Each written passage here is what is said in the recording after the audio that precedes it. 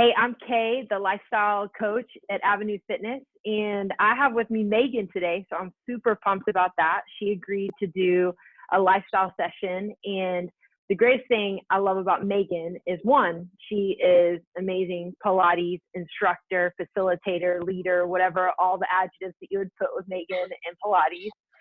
Creator. She's very creative. So I would say that. I love that about you, Meagan.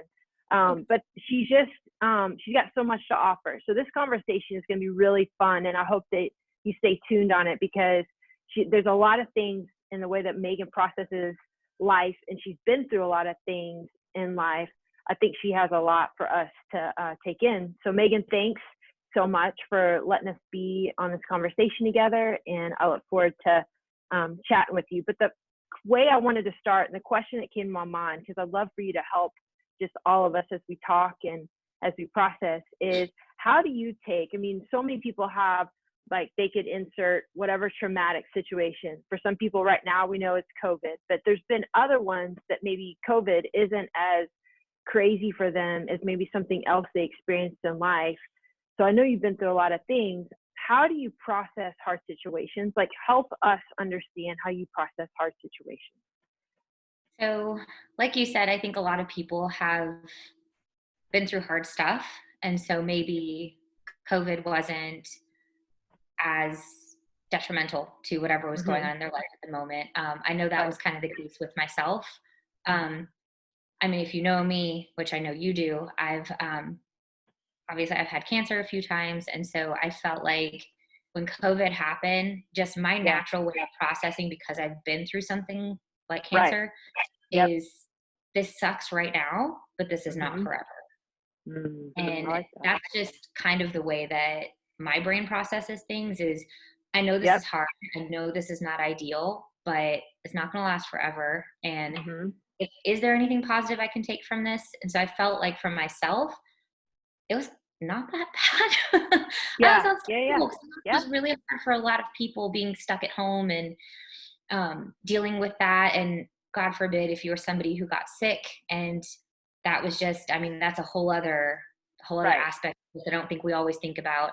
But I really got to spend a lot more time with my spouse during all of this. I don't really get to see him that much during the week because our work schedules are kind of backwards. Yeah. Um, and so this time we went on walks in the middle of the day and stuff that we never usually get to do. Right. So I really tried to focus on that.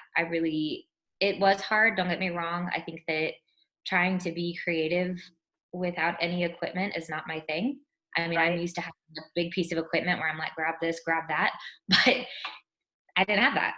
So trying to change what I do was really hard. Um, Yeah.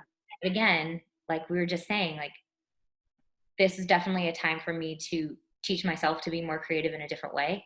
And Yeah. I kind of enjoyed that. It was different. It was kind of fun. Um, doesn't mean I'm not ready for it to be over. I hear you. I hear you. um, but yeah, I do think that if we really try to shift a little bit of the way we think about this situation, it you can see something positive out of anything, right? There is, Right. no matter what you're going through, whether it's COVID or cancer or, losing your home or just anything. There are so many horrible things that happen to people every day. Yeah. There's always something in there that you'll look back on later and be like, you know what? I'm really thankful I had whatever. I had this person in my life to help me through that, or I got out of this terrible situation or something, right? Yeah. Yeah. No, I Yeah. think that's really good. What you're saying, I wrote down a couple things. So one of the things I often do in sessions is write down what the other person is saying. And one of the things that you said, and I want to go back to it in just a minute, but I'm going to say the second one is this sucks right now, but won't be forever. So I really liked what you said. And I think that's an honest statement that a lot of us can just connect with. Like, this sucks, but it's not going to be forever.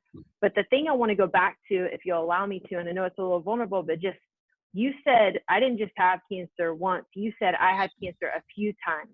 So if you could speak into, okay, so for people that are listening right now, like, can you speak about like few times? Like, if you could tell us Yeah. more about that. So first time I had cancer, I was 14. Yeah, so freshman in high school.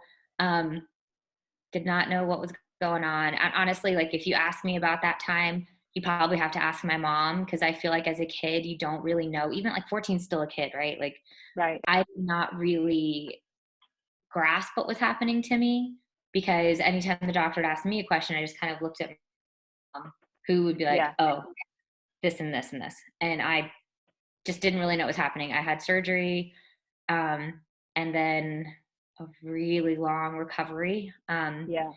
I had cancer again. I had a small cyst in my hip when I was actually already working at Avenu, and like a very immature 20-something-year-old did not tell Brent and Cassie what was going on. Yeah. Just had surgery and had some radiation. Was Wow. my strongest communication moment. I was really struggling at work, and I just didn't want to fail because they just Mm. kind of gave me this whole program and told me make it work. And I Right. had just started. I mean, I think I had been there for a year, Yeah. and I was just really nervous about failing, so I just didn't say anything. Yeah. Which, if anyone knows Brent and Cassie, that's the most ridiculous thing ever. Um, Right. and then the last time was right when I met my now husband, Roland. Um, and this is probably the biggest moment for me where that whole this is not forever thing, it sucks now, was because I met him, we started dating, and about maybe 3 months into that, I got diagnosed with thyroid cancer and had to have a thyroidectomy where they take out your whole thyroid, and then had a few rounds of radiation after that.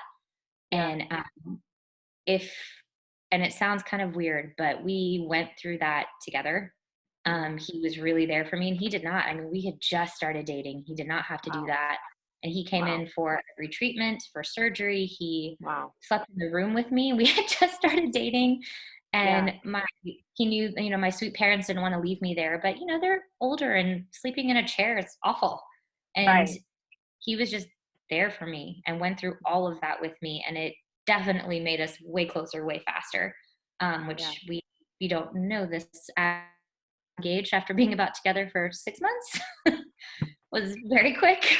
But when Yes. you go through something really heavy like that together, it really builds this way different relationship than I think it would have taken us maybe a few years to really get that close.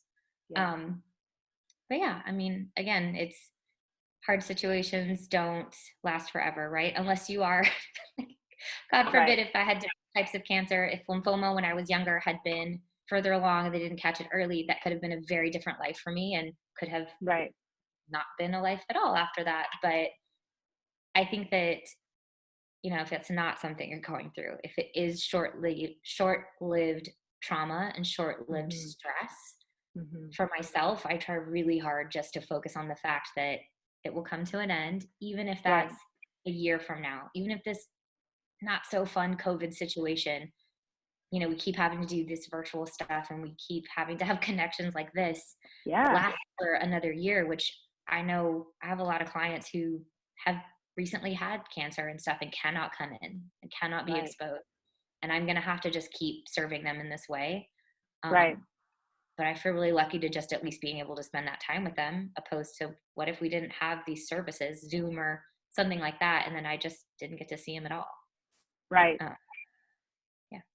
No, it makes complete sense what you're saying. And I appreciate you sharing that. I knew it might be a little bit, I know you're pretty open about sharing most things, but Okay. I wanted you to go into it just a little bit because I want us to, I want the person that's watching this video to know, one, that we're all real people that have been through different various things, and you've been through more than most in, like life. Honestly, there's not many Oh people gosh. that can say I've been, you know what I'm saying, like 3 times. So the thing that I think about you, Meagan, that makes you so just that I know what I want to say, and I'm just going to get to it. Is you're someone that that comes alongside of, like, I think the reason you can say this sucks right now but won't be forever is because what you do is you've experienced and you've walked through, and so then coming along somebody else that's like walking through whatever. I think that's why your clients can identify with you so much, is they've experienced different things but you do such a good job of just coming alongside and walking with and helping them get through whatever. And sometimes the crazy thing is clients come in, you travel with them, they've been with you, and then they exit and they head on to their next, but you're just really good at walking with people. And so I think that in the midst of the COVID thing, and amidst, I think adding hope and going, hey, we're here, we'll walk with you through this, we'll get you to the other side of this, we'll handle what you're walking through, and then we'll keep making it together. And the amazing thing is you've even been walking with close people that have had friends that have been sick through this. So this isn't your, like, you're not thinking about that. Like, you are someone that walks with someone. And I think someone that's walked through as much as you walked through, and then you and Roland getting to, offer each other that is amazing. And so I value that about you. And I think that is something that you add to the team, and you also add to every person that gets to encounter you. So it's good. Really nice. Yeah, it's really good. So thanks for sitting down. Like, just wanted to, you just gave us we went deep fast, but that's the thing I appreciate about you is that you're willing to do that. And so anything else that you want to say as we wrap up before we shut down? Well, actually, let me say this about you. Okay. I really appreciate that you don't make these conversations hard.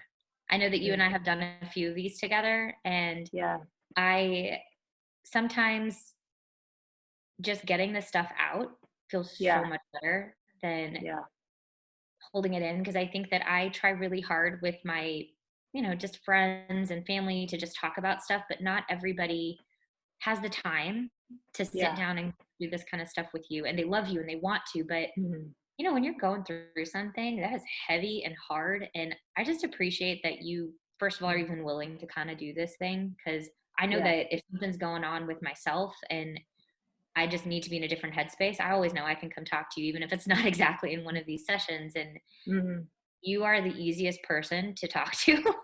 Wow. Thank you. Yeah. You make this easy. You make being able to just dive right in not so hard, and kind of always tend to, like when something is really difficult and someone is asking you about it and there's so many feelings surrounding it, and it's really hard to sometimes just get to the meat of what you were trying to talk about. You do such a good job of just kind of clearing that other stuff away and just focusing on what we're trying to get to, work through it. Thank you. That means a lot. Like, that your words mean a whole lot. And I think that's the greatest gift that we get to give each other, is we clear space for one another.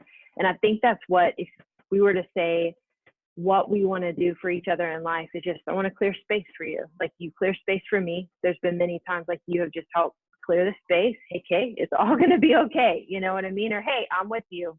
I'm giving you a hug right now. No words need to be said, but it's that clearing of space.